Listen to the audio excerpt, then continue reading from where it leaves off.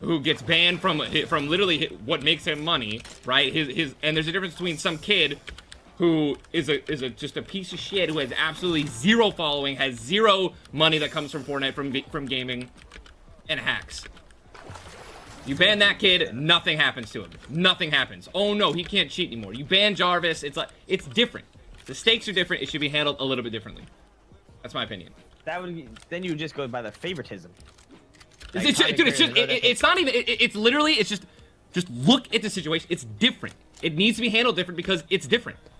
You can't say. So there is a certain element of favoritism, right? I mean, everything there's favoritism. It's the same as like, I mean, yeah. What Ninja's saying is partially true, right? I mean, it is. It's partially true, but I think the real counterpoint to this is that if this guy gets unbanned, especially like after a short period of time, if he gets unbanned, then there's also the element of, oh, other people that are going to aimbot now because the punishment wasn't that bad. So it's like, even if you want to use that logic of, oh, well, because he's an influential person, then, you know, banning him would be worse. In a lot of ways, like, that's actually why, like, I this is my perspective, is I feel like content creators should be held to a higher standard, not a lower standard of TOS. Like, whenever Preach got suspended for like the potion thing, like, I think even he admitted, he's like, yeah, you know what, like, you know, I fucked up, I shouldn't have done that. And I feel like, you know, whenever I'm doing something on my stream, if I think in any way, because I've read the TOS multiple times on WoW, right? So I knew how to ninja loot things and not get banned. So I know exactly what the rules are. And I think that, like, so whenever my character name Crack Monkey gets reported, or, you know, something that I have that's like very, very like gray, or like a milk toast name, a little bit, you know, a little bit edgy or something like that, and it gets banned, I complain about it. I'm mad because I think that it's stupid, but also, like, I don't really expect to see it changed. I don't really expect to see Blizzard go around and, you know, undo what I complained about. Like, I can meme about it, right? But I never even contacted Blizzard about resetting my character name. I never even contacted them because I knew that they probably weren't going to do it. And it's the same thing, like I said, with the Wreckful situation and anything like that. And so it's the same as, like, I don't even like talking about private servers or anything like that. So I think in general, what Ninja is saying is true, but I think that it's also true in the inverse way, is that, yeah, I think that absolutely content creators should be treated different. But I think that in some ways they should be treated with more scrutiny and not less, because their actions are being used as a model for other people in the way that, you know, Kyle, you know, drinking Monster Energy drinks in his mom's basement at age 14. Like, if he cheats in Fortnite, who gives a fuck? Just ban the account and move on. But if some professional player does it, it's a big deal. Like Lance Armstrong, for example. You can use that as an example, right? You can't say that a content creator cheating, whose entire life is about what the game is playing. Maybe you shouldn't cheat. And then some random who's no YouTube channel, no Twitter account. He doesn't even care. He just cheats. He hacks to hack. You ban one, you ruin his life. You ban the other, he makes another account and keeps cheating. Like, you know what I'm saying? It's different. It has to be. Well, the impact of, like what Ninja's saying again, is true, right? The impact of banning somebody who's a professional player on Fortnite is going to be very different than the impact of banning somebody who's just a random. Of course, right? It's going to impact them completely differently. But also the impact of their action that caused them to get banned has a different impact in itself. So it's a different conversation because it cuts both ways, in my opinion. Handle differently. Is there any more loot I can get? I grabbed an RPG. Back up, back up. Wait, no. I'm dead, I'm dead. Try to build me out. Okay, what's Tfue here? Team Bubba. He's mad. You know how I know he's mad? Because he's dead. Anytime he dies, he's mad. I love watching Tfue, man. I like watching Tfue because he gets pissed off at the game. Like, anybody that doesn't get pissed off at the game, I don't like watching him. Yeah, I love watching Tfue, man. I'm gonna be 100% real. That's the same as me, yeah. Fucking hates that game he plays fucking 18 hours a day. Hates that piece of shit game. More, bro.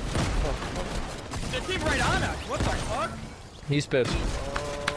Yep, there we go. Ran towards them. I said the whole server was gonna focus us.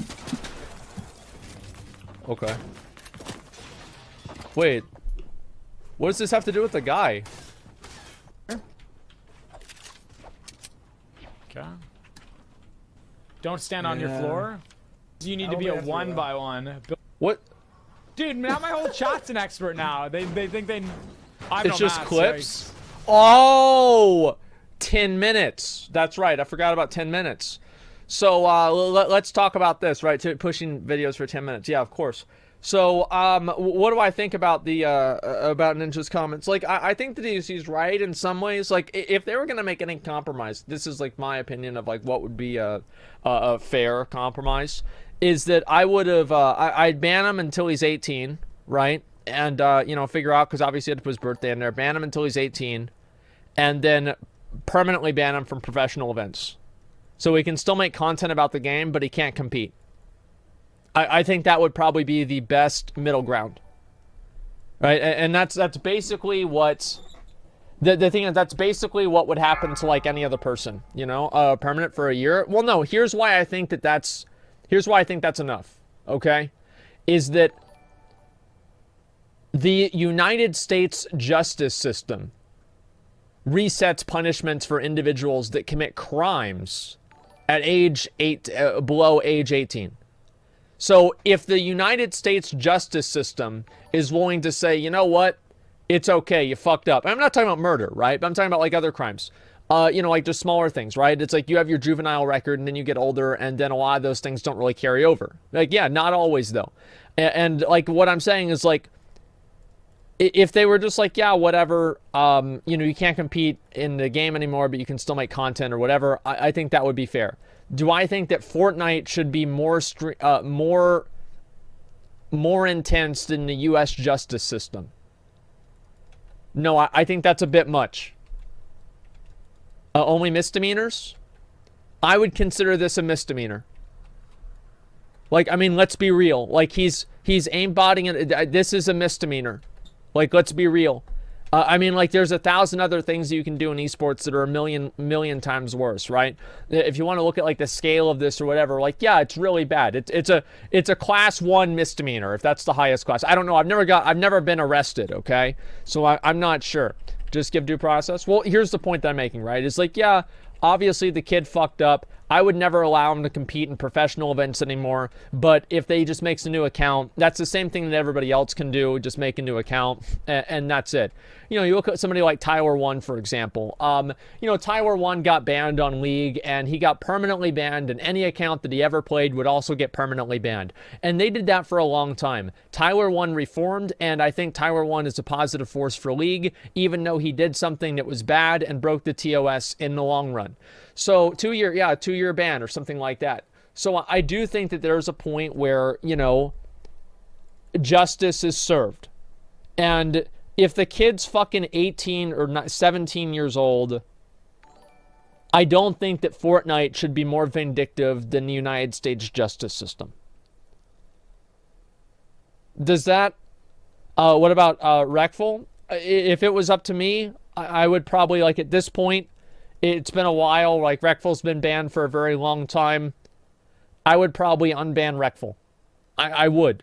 Because it's been a very long time, and also like it's like the Wreckful situation is different than this situation because Wreckful was an adult whenever he did it, and he had full knowing of like TOS, etc. It wasn't 17, so it's different, but it's also the same. Yeah, I would probably just unban him at this point. Like, I can see why they'd keep him banned. I can see like it makes sense to keep him banned, but in my opinion, it also makes sense to unban him. Let's see what the comments say, what the people are thinking about this. Okay, I'm actually curious to see what they say.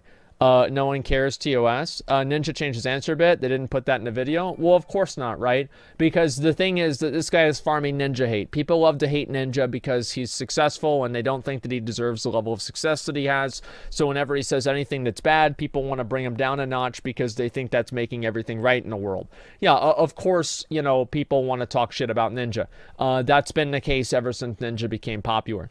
And his account, yeah, sure.